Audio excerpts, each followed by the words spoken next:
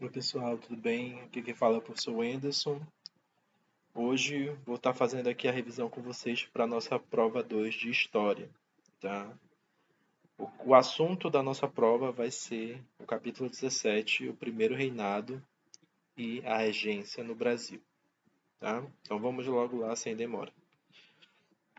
Bom, a gente precisa primeiro entender que depois que uma nação decreta a independência, ela precisa de apoio estrangeiro. Tá? E o Brasil não vai ser diferente. O Brasil vai contar com o apoio principalmente dos Estados Unidos, da Inglaterra e de Portugal.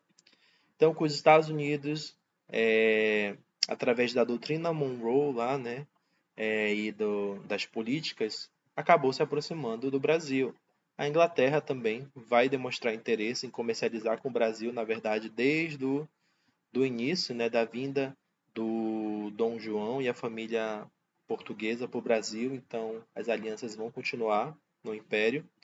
E Portugal, né, que vai cobrar aí uma indenização, porque eles diziam que a independência trouxe prejuízo, né, para Portugal. Então, ele só reconheceria o Brasil se o Brasil pagasse uma quantia, né, uns milhões aí para Portugal em troca, tá bom?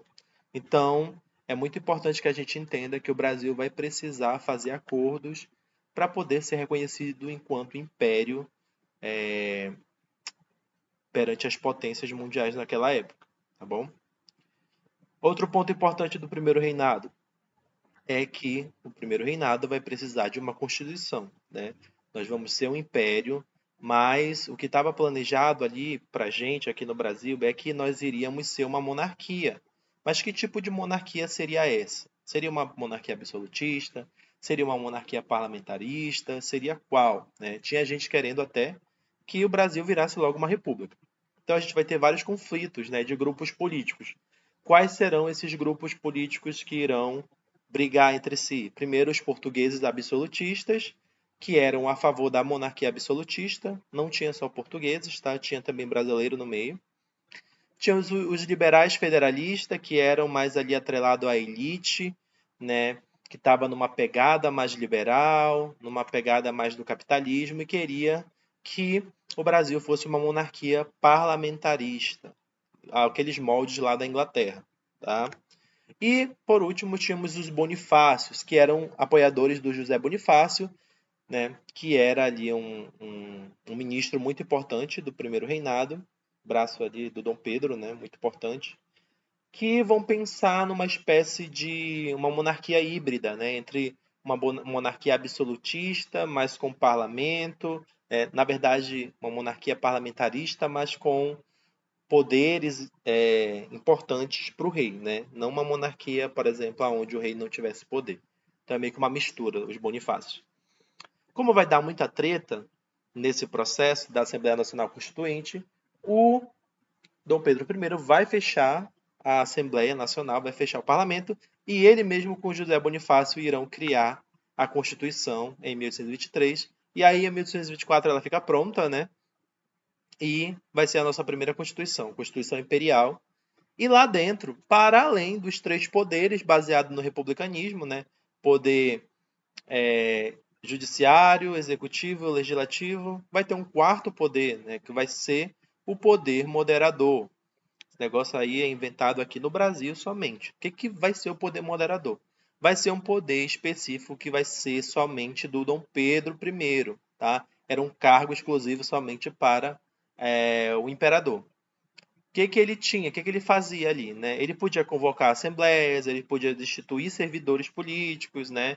Ele podia anular decisões do parlamento, ou seja, na prática, o poder moderador poderia controlar o parlamento, né? Aprovar, desaprovar.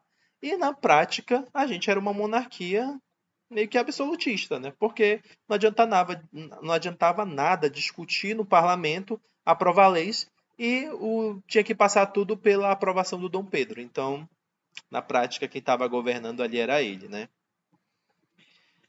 Bom, mediante essas revoltas, né, essa centralização do poder na mão do imperador, o Nordeste vai se revoltar e eles vão criar aquilo, né, que chamamos de Confederação do Equador, que vai ser um movimento separatista ali em 1824, e o Nordeste juntamente ali, né, Pernambuco, eu acho que é Ceará, outras regiões ali do Nordeste vão acabar se unindo e vão decretar independência. Eles vão se apoiar no republicanismo, eles vão se unir, vão querer se separar do Brasil, né? A ideia era essa de criar um novo país ali.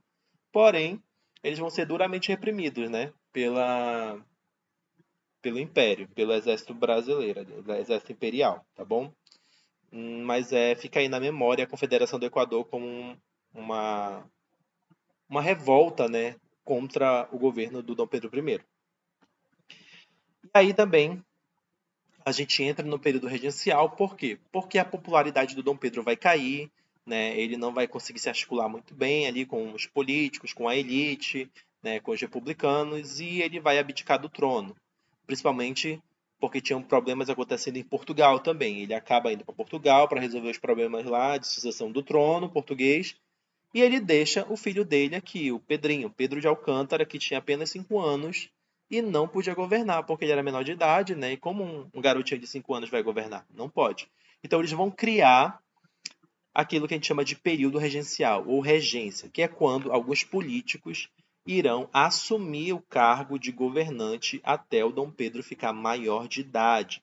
Então, podemos dizer que o período regencial ele é uma experiência parlamentarista, né, uma experiência republicana ali na metade do século XIX que o Brasil vai passar, né? Então, o parlamento era que governava nesse período da regência, né? Então, ela vai aí de 1831 até 1940, mais ou menos, né? Então, vamos ter a regência trina provisória, regência trina permanente e a regência una.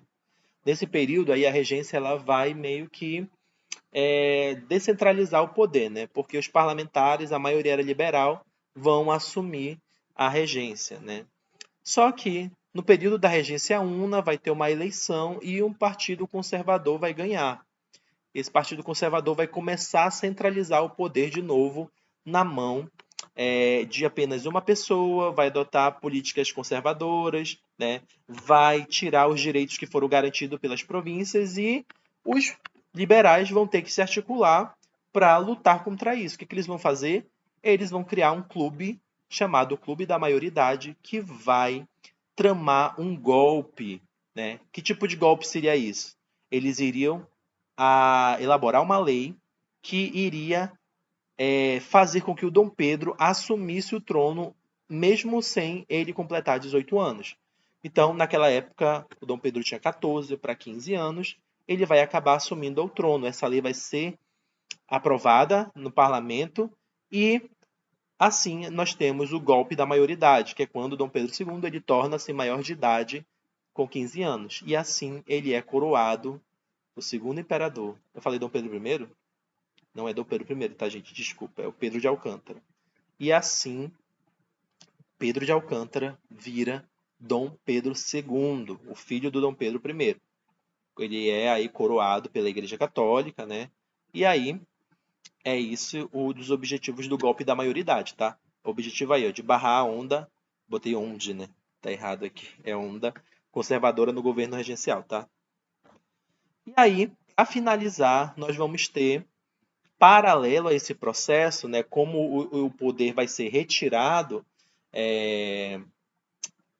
da elite, né, das províncias, começam a surgir várias revoltas, né, desde a de 1831, 32, por ali, já estava começando, 35, vai até 1840.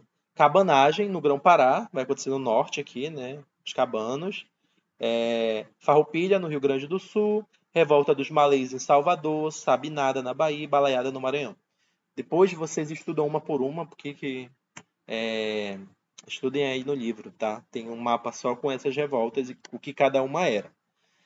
Bom, quais eram os motivos dessa revolta? A maioria era motivo em comum. Eles queriam mais participação política, a elite, né, de cada província queria uma participação política, uma autonomia na economia, queriam, né, o próprio controle das suas províncias, né, independência dessas províncias no sentido independência econômica, independência política, né, porque tudo ficava concentrado lá no Rio de Janeiro, então eles estavam querendo aí melhorias de condições, né, para a população também, qualidade de vida, né? Alguns defendiam o republicanismo, outros queriam emancipação, outros queriam o fim da escravidão, tá bom? Então, esse é o objetivo das revoltas gerenciais, criticar o império e tentar ali gerar um movimento. Como que essas revoltas vão ser contidas? Através da Guarda Nacional, que foi criada especificamente para conter revoltas, revoluções dentro do Brasil. O Brasil é um país gigantesco, então tinha que ter toda essa articulação, né, da Guarda Nacional para poder conter essas revoltas, senão o Brasil ia se dividir todinho. Bom, gente, então é isso a nossa revisão. Prova, estudem, pelo amor de Deus. Tirem 10, eu confio muito em vocês, tá? E a gente se vê na terça-feira. E eu só quero ver 10, hein? Vocês se inscrevendo ali, né? Acertando tudo, tá bom? As provas, as questões estão fáceis. Estudem, estudem, revejam esse vídeo, tá bom? Um abraço, tchau. Até terça-feira, gente.